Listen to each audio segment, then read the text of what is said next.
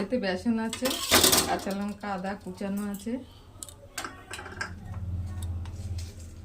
একটু বিট লবণ দিয়ে দিলাম, একটু জোয়ান দিয়ে এরম পনিরটাকে এটা দিয়ে একটু কেটে দিয়ে দিলাম, হলুদ দিলাম, দিয়েছি আলু সিদ্ধ দেবো, ভালো করে মাখিয়ে নেব, জল দিয়ে এটাকে ভালো করে মাখিয়ে নেব।